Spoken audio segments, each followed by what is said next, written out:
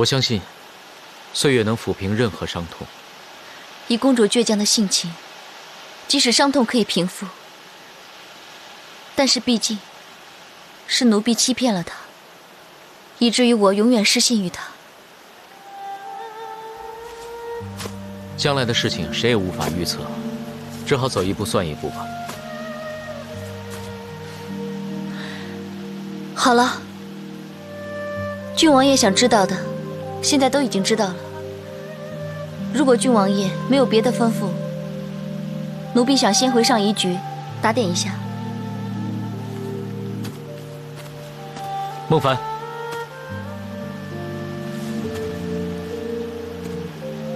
为什么本王觉得我们俩好像变得有些生分了？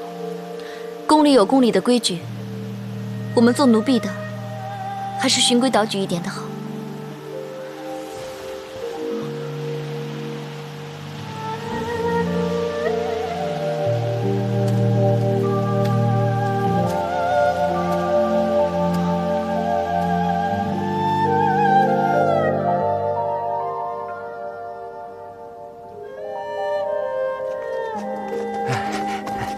参见公主殿下，皇后娘娘驾到。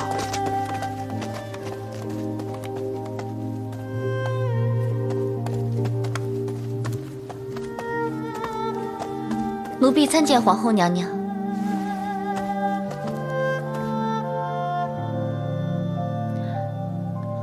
公主，皇后娘娘来看您了。你们都下去吧。是。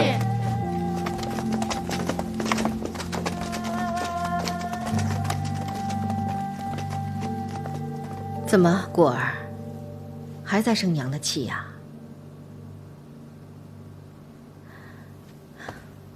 来，起来，让娘看看。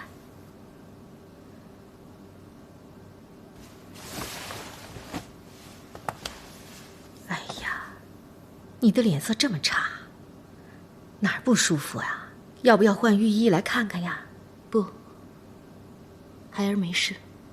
还说没事儿？这2天你茶饭不思，闷闷不乐，再这样下去，没病也会闷出病来的。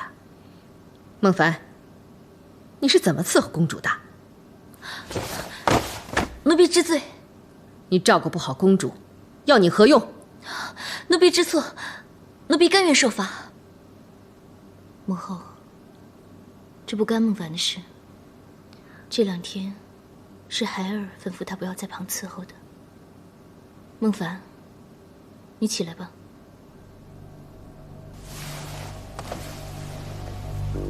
哎呀，果儿啊，你到现在还不能体谅娘的难处啊？你怎么不想想，当日樊良引诱你做出这么荒唐的事情来？像这种事情，要是传出去，我大唐皇室颜面何存呐？此等事情要是发生在寻常百姓人家，也是不能轻言善罢的，更何况是在帝王之家。娘也是被逼无奈呀。那个樊良，他熬不住囹圄之苦，在牢中伤病齐发而死，怨得了谁呀？来来来，快点快点，你用点劲儿，真好玩，真好玩！来，再来再来，来！哎呀，哎，你输了，再来再来再来再来，是的，再拿一个，来来，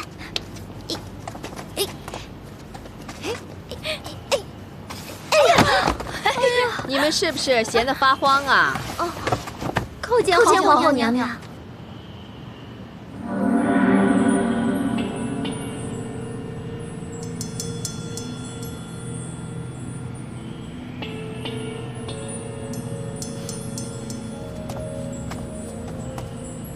你们这是在玩斗草吗？本公主最近心里闷得发慌，正想找些事情来消遣一下。哎，女儿啊，那还不开个斗草会，热闹热闹？去，帮公主到御花园去选一些柔韧的草来，让公主比赛用。是，奴婢知道了。慢着，御花园里的花草本公主若能选用，其他人也能选用，对吗？采梅、孟凡，你们替本公主找一些比花草性质更加柔韧，能用作上等斗草的珍品回来，知道了吗？奴婢知道了，去吧。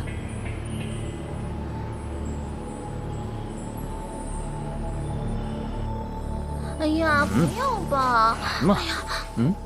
哎呀，当心被公主进来又看见了。你怕什么？就是给他看见，又能怎样？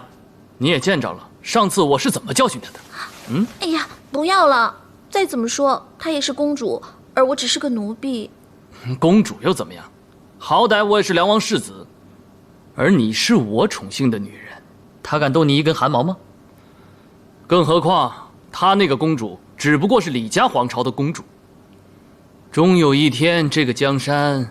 哎呀，你们这些纠缠不清的事情我不管，我只知道我是个奴婢，成天到晚要在宫里的，怎么说也要看公主的脸色讨活。我的好采梅，莫不是那贱人为难你了？昨天啊，我跟别人在斗草，刚好被皇后娘娘和公主瞧见。皇后娘娘不知道怎么了，忽然来了兴头，说什么搞什么斗草会，公主就吩咐我和孟凡去找一些什么性最柔韧的珍品，来供她斗草。你说她这不是在为难我们吗？哼，这个不成器的小贱人，从小就被皇后宠习惯了，一天到晚就知道嬉戏玩乐。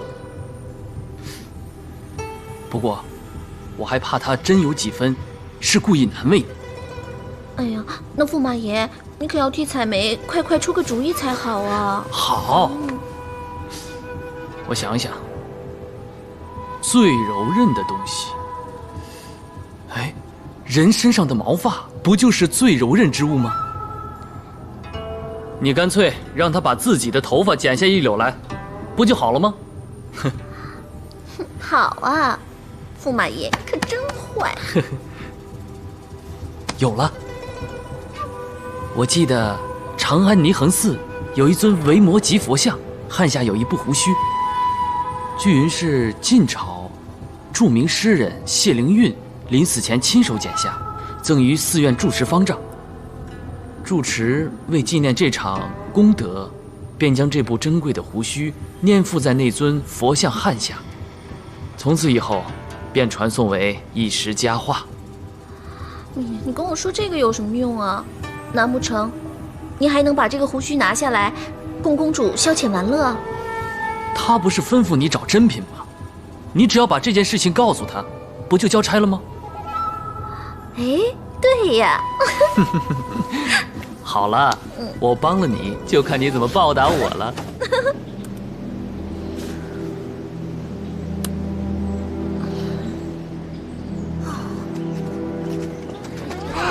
看起来送到东宫的东西实在是太好吃了。就是说，小福姐，怎么了？今天怎么回来这么早啊？看来服侍太子还真是份好差事哦，怎么都比我们待在上师局的人舒服得多。就是嘛，至少啊，不像我们每天都要被烟熏。对啊，对啊。你们别开玩笑了，谁都知道派到太子府的人都没有什么出息的，尤其日子一久，更会让人不屑一顾呢。大家都是宫里头供人使唤的苦命人，在哪儿当差不一样啊，并不分彼此啊。对啊，对啊，大家都是好姐妹嘛。你们都在啊，小凡姐，小凡姐，姐姐，我特意带给你们的。好啊，好啊。姐姐，你今天怎么来了？你不是很忙的吗？才没见几天，就这么想念姐姐啦？难道你就不挂念我这个妹妹吗？我就你这么一个妹妹，我不挂念你，挂念谁呀？这就不好说了，因为我知道还有一个你牵挂的人。你这个小鬼，一有机会就乱嚼舌头。哦，对了，其实我今天来这里呢，是有重要的事情。什么事？你们知不知道有一种斗草的游戏？斗草？小凡姐，你要玩吗？不是，是安乐公主呢，过2天要在宫中举行一个斗草会，所以让我去找那种上佳的比赛珍品。哦，要说斗草的话，那属君儿姐姐最精了。对啊，对啊。君儿，你知道啊？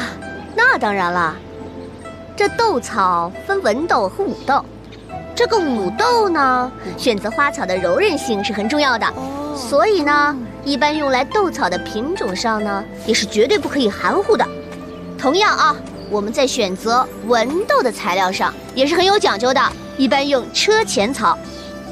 除此以外啊，我们还可以使用很多的花草啊、树木啊。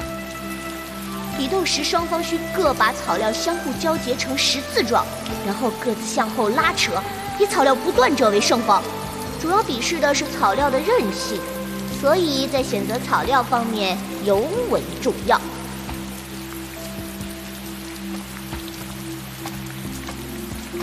姐姐，小福，你还没有睡啊？你还在弄这些草啊？哎呀，这些主子们呢，一有要求，就把我们这些奴才给累死。这些呢，都是奴婢应该做的。对了，小福，姐姐知道你跟君儿之间有些不和，但是呢，其实君儿这个人本性不坏啊，只是有一些势力罢了。这也算是在宫中生存的一种方法。姐姐，我不会跟他计较的。虽然说我跟他是有一点不和，但也不是什么深仇大恨呢。总有一天，我会坐上6举女冠，成为内舍人，就像当日的婉儿娘娘一样。得了得了，你呀，不要老把这个心愿挂在嘴边了。最近在宫里面，实在有太多的事情发生了。姐姐，你在担心什么呢？近来公主脾气有些暴躁，我希望这一场斗草会可以疏解一下她心中的郁结。小福，来，你帮我试试。来，你拉这边。哦，1、2、3，这样就好了。就这样啊？我来帮你。来，这样。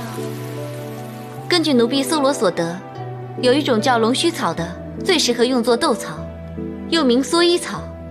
这种草呢，会长出鱼皮叶状，每年生长出花梗，呈淡绿色状，多生长于江畔、河谷，还有沼泽、温润之地的山岩隙间。一般呢，会用于农舍人家作为编织绳索，来填塞各种家居用品，十分的耐用。不错，确实是下过一番苦功。谢公主谬赞。你呢？回公主，经过连日研究，奴婢认为人参毛发乃是天下至柔至韧之物。公主可曾听闻，在宁恒寺中供奉了一尊维摩诘佛像汉下，保存着一撮晋朝风流名士谢灵运的胡须。谢灵运，就是那个有名的大诗人吗？只怕就是吧。那这就奇怪了，一撮古人的胡须，竟然长到了佛像的汉下。那是当年谢灵运在临行被处死之前，亲自割下来赠与寺院住持的。因为谢灵运的胡须曾一度天下闻名，被时人交口称誉。后来谢灵运死后，住持把这撮遗须视同瑰宝，珍而重之地把它粘附在佛像额下。好，那就借它来玩玩吧。公主，这撮胡须既然是古人留下来的遗物，又是霓衡寺历年保存拥有，实在不宜运用。如果贸然借用的话，会有所不敬，请公主三思。这有什么关系？斗草之后，本公主会在宫中修建一座佛寺，打造一尊佛身，然后再把胡须粘上去，这样就不会有什么不敬了吧？可是公主，采梅，这次你做得非常好，这个簪子就赏给你了，谢公主厚爱。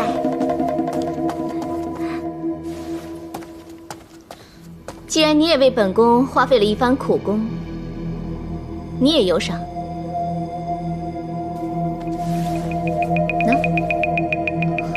谢公主。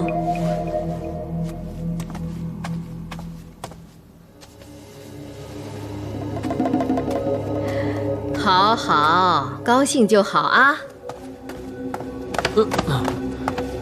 奴婢参见驸马爷。免礼免礼。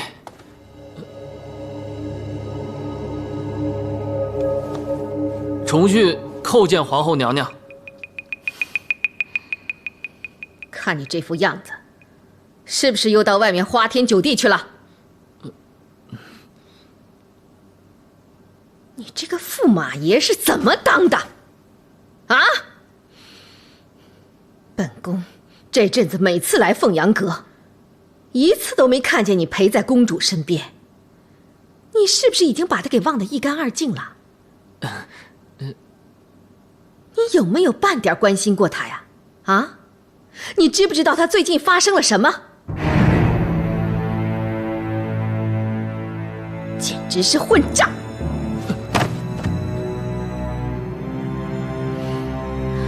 本宫把女儿嫁给你，不是让她来守活寡的。重训知罪。你给我听好了，你要是死心不改，本宫不会跟你善罢甘休的。你好自为之吧。重训一定谨记娘娘教诲。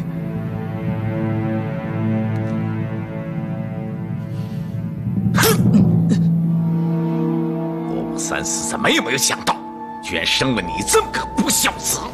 你跟公主成亲之后，一直背着她在外面和那些宫女鬼混，把公主冷落在一边。爹，你少给我狡辩！你就是要拈花惹草，那也总该小心一点吧，不能做得太过分了。你再糊涂也该知道，公主那是皇后的掌上明珠啊！爹，我们武士的子孙，难道还怕姓李的看皇后的脸色吗？笨！做大事就得沉得住气，时机未至，那就得忍。等父王把江山做了，那时候你再想怎么样都可以。爹，你放心，孩儿往后自当尽量检点节制，以免有把柄落入他人手中。知道就好。得罪了公主，那就等于得罪了皇后，这对我们父子俩那是十分不利啊。皇后说公主爱听戏，着你安排一场堂会，即挽回公主的欢心。好。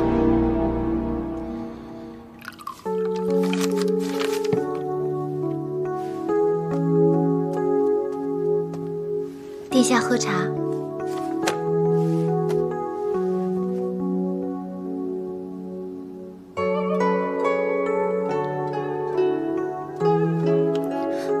福儿，你今天打扮起来特别的好看。听殿下这么说，那福儿要是不打扮的话，是不是就不漂亮了？你可是越来越伶牙俐齿了。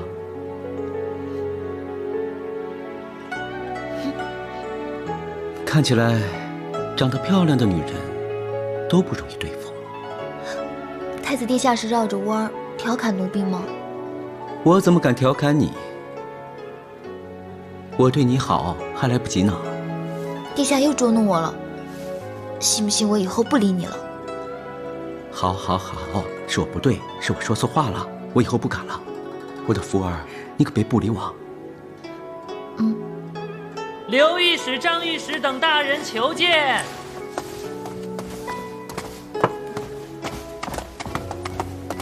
参见太子殿下。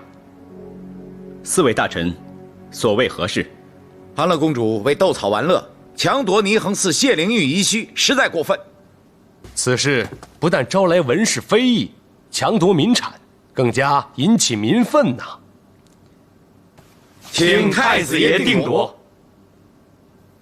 各位大臣，安乐公主本性并不坏啊，她会这么做，恐怕其中必定有什么原因。此事我会查清楚，你们下去吧。臣等告退。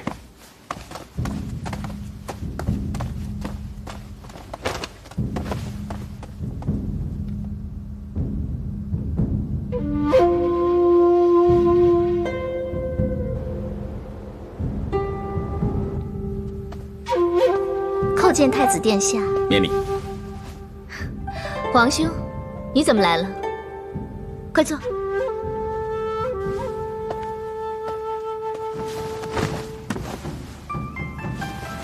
皇妹，最近听说你心情郁闷，可皇兄一直为了政事操劳，没有时间来看你。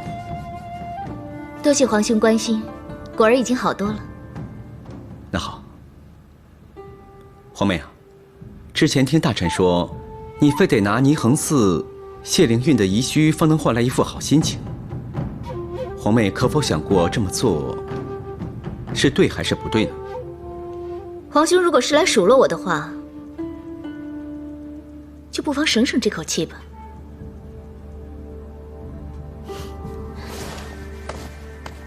请回吧。你是越来越放肆了啊！你有什么不满，大可以在父皇和母后那儿告我。不过你可别忘了，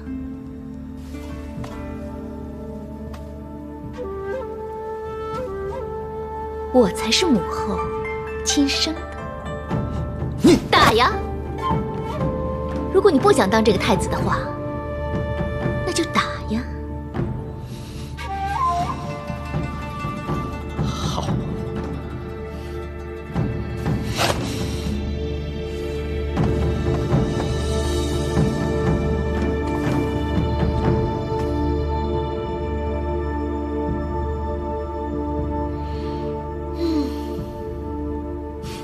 父皇，难道您真的要如此放任安乐公主，让她无法无天的胡闹下去，而完全不闻不问吗？拿几缕什么古人遗墟来斗草玩乐，不过就是孩子气的恶作剧。这么看来也没什么大不了。那就根本不是恶作剧。安乐公主是仗势欺人，任性妄为，近日来她更是挥霍无度，早已惹了众怒了。父皇，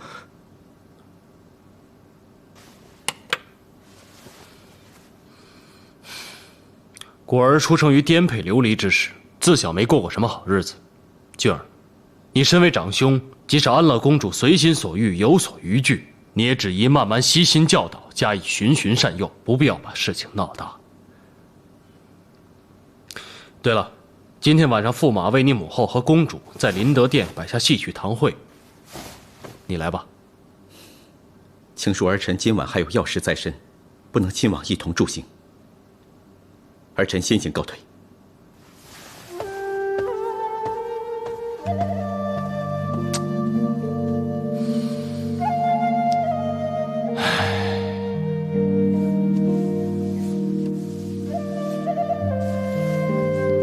公主今天晚上想佩戴哪根发簪啊？随你吧，反正只是看戏曲，又不是出席什么隆重的场合。公主是还在生奴婢的气吗？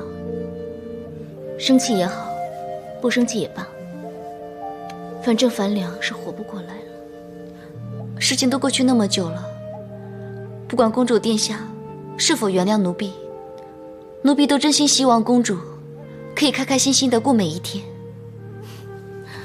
说的倒容易，你可知人生最大的悲剧就是生离死别。但是公主，有时得失之间，也不必太过执着。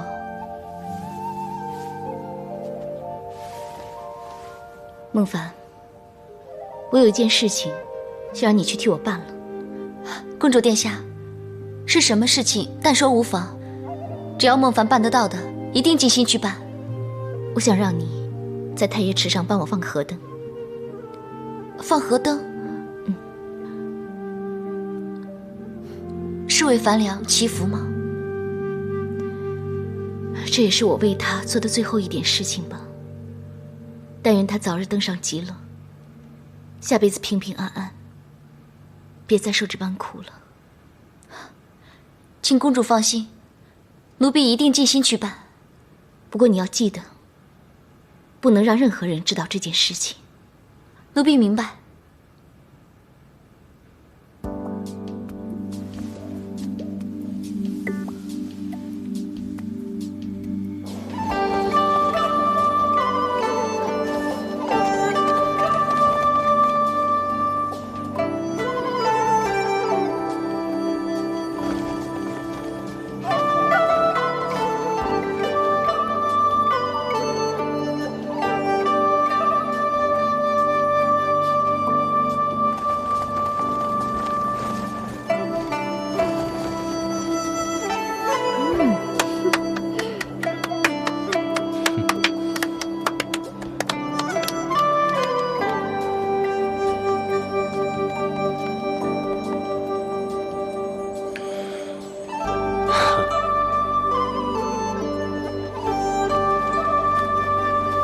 果儿先行告退。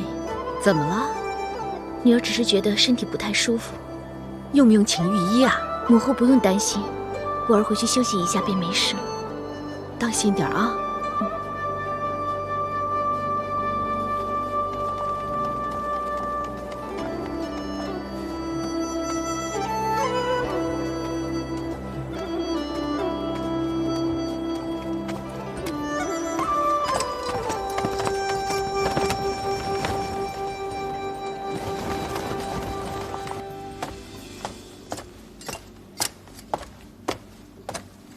公主，您要的水打好了。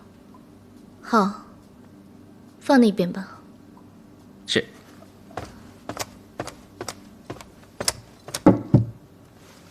本公主累了，想休息一下，你们都下去吧。是。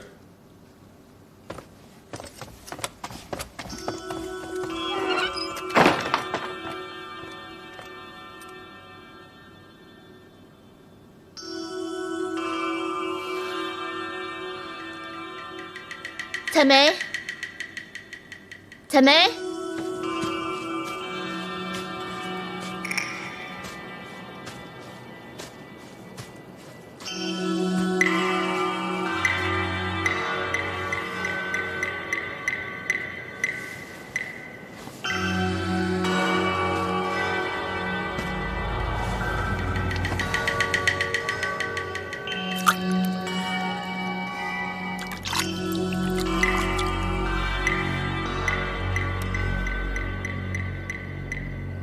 公主，帆良，希望你们来生能够再相遇，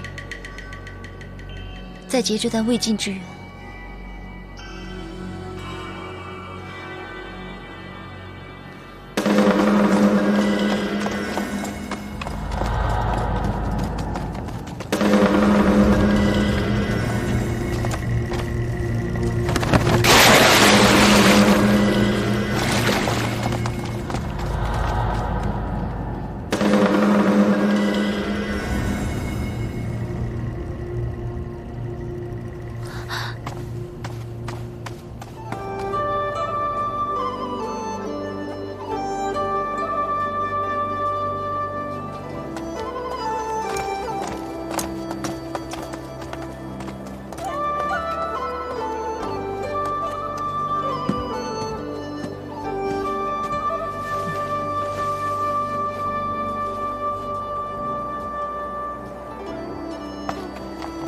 好，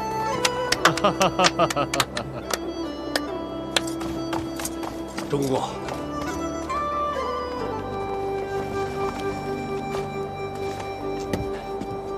皇上，朕知道了。是。什么事啊？罗将军说有要事禀告。什么事情非得这个时候禀告啊？末将参见皇上、皇后娘娘、公主殿下。何事？你说。回皇上，末将刚刚得报，有人在太液池中发现一具浮尸，经查明正身后，证明是宫女采梅。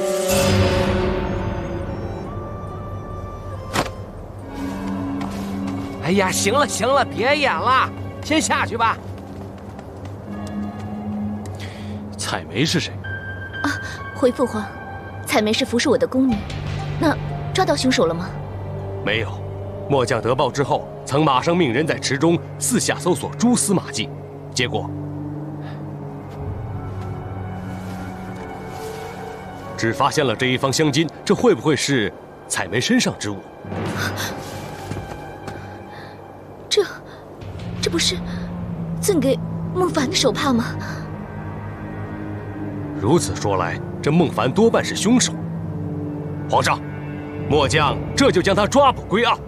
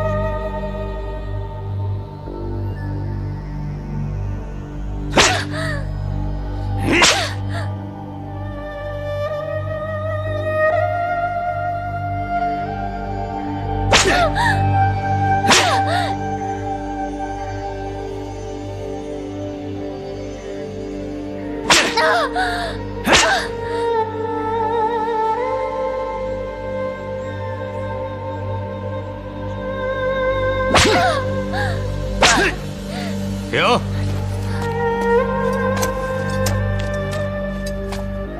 你这刁恶罪奴，还不快从实招来！你究竟因何要下手杀害采梅？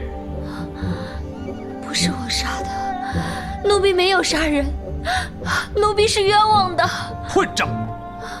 人证物证俱在，你还敢抵赖？什么人证物证？你们不能冤枉好人，不能屈打成招。哼！瞧你这般嘴硬，那就别怪本将军无情了。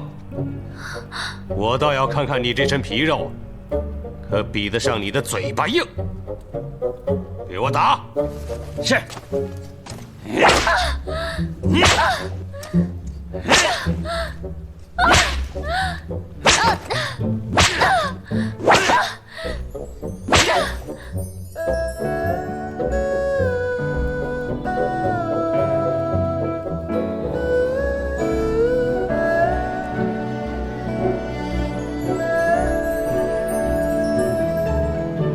天渐渐整个世界只剩我一个，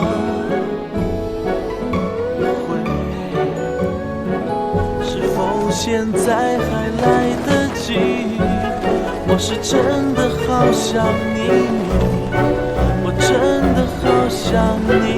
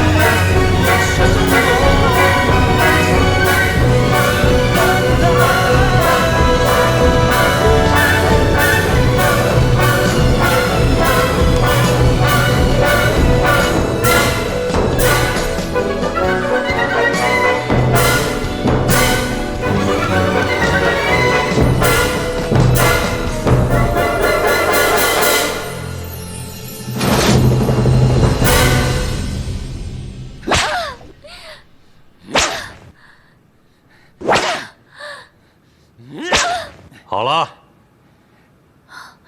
我没有杀人，奴婢是冤枉的。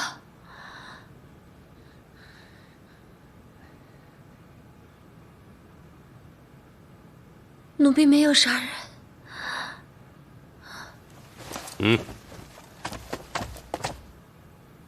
你仔细认认，那天晚上在太液池边看到的宫女，可就是她？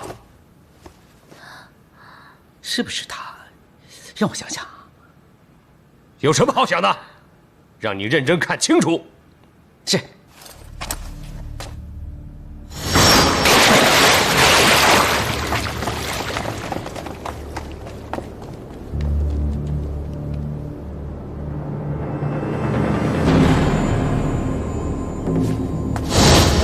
没错，小的记得很清楚，出现在池边的宫女就是她。看见了吧？这就是人证。看你如今还怎么抵赖？奴婢是冤枉的，奴婢没有杀人。奴婢那天晚上是去过太液池，奴婢只是去放河灯，奴婢根本没有杀人。放河灯？你编的谎话骗得了谁？河灯哪里不好放？偏偏有那么巧，在发现尸体那边放河灯。我看你是不见棺材不落泪呀！给我狠狠的打！是。奴婢是冤枉的，是冤枉的，不是。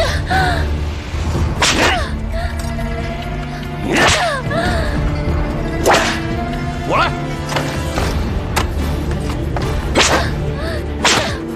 招不招？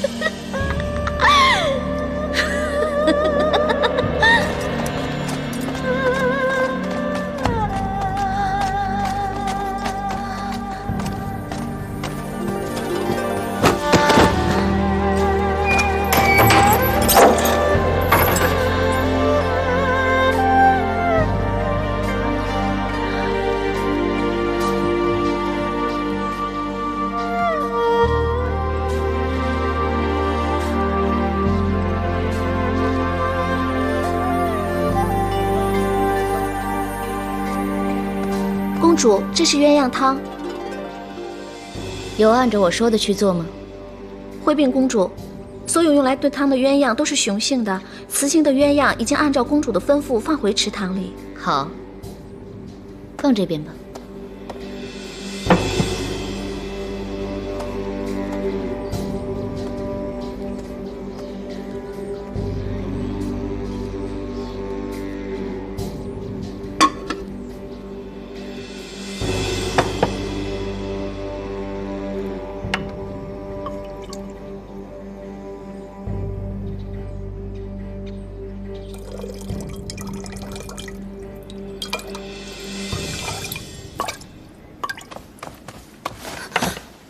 公主，请你大发慈悲，救救姐姐！你先起来吧，有事情慢慢说。是。公主，姐姐被抓，说她杀了人。这件事情我早已经知道了，我也相信你姐姐她不会杀人，其中一定有什么误会。现在只有公主可以救姐姐，姐姐真的很无辜。上次说她谋害梁王，所以被关进了天牢，这次竟然说她杀了人，也不知道是谁诬陷姐姐。如果被我知道，我一定不会放过她。清者自清，只要你姐姐是无辜的，她一定会没事的。可是我怕她屈打成招啊！公主，求求你马上去救她，迟了可就来不及了。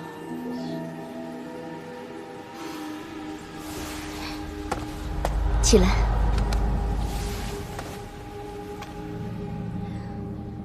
孟夫，不是我不想帮你姐姐，只是我在朝中实在是没有什么实权呢。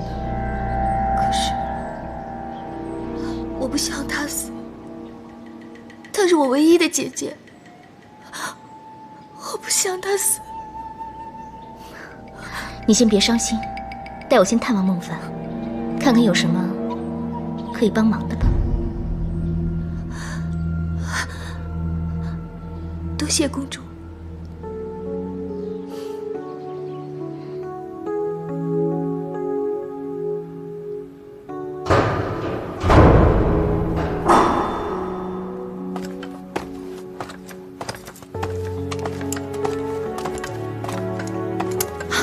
姐姐，姐姐，小福，妹妹，姐姐，妹妹，你不要担心，姐姐一定可以离开这里的。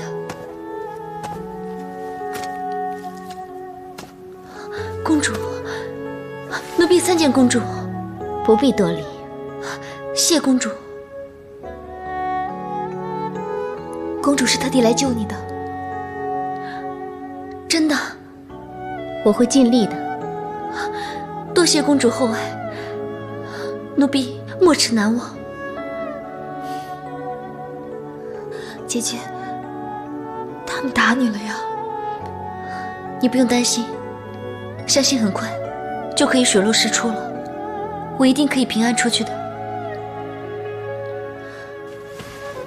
公主知道你被人抓，特地命人熬了这个汤，叫我送来给你喝。喝吧，这里面也不会有多少好吃的给你，况且你还受着酷刑。公主对奴婢的洪恩，奴婢终身不忘。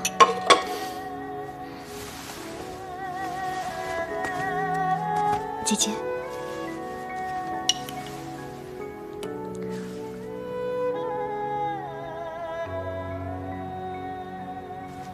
这是熊鸳鸯的汤，你觉得好喝吗？好喝。可是，一只雄的死了，另一只雌的还活着，这就是苦命的鸳鸯。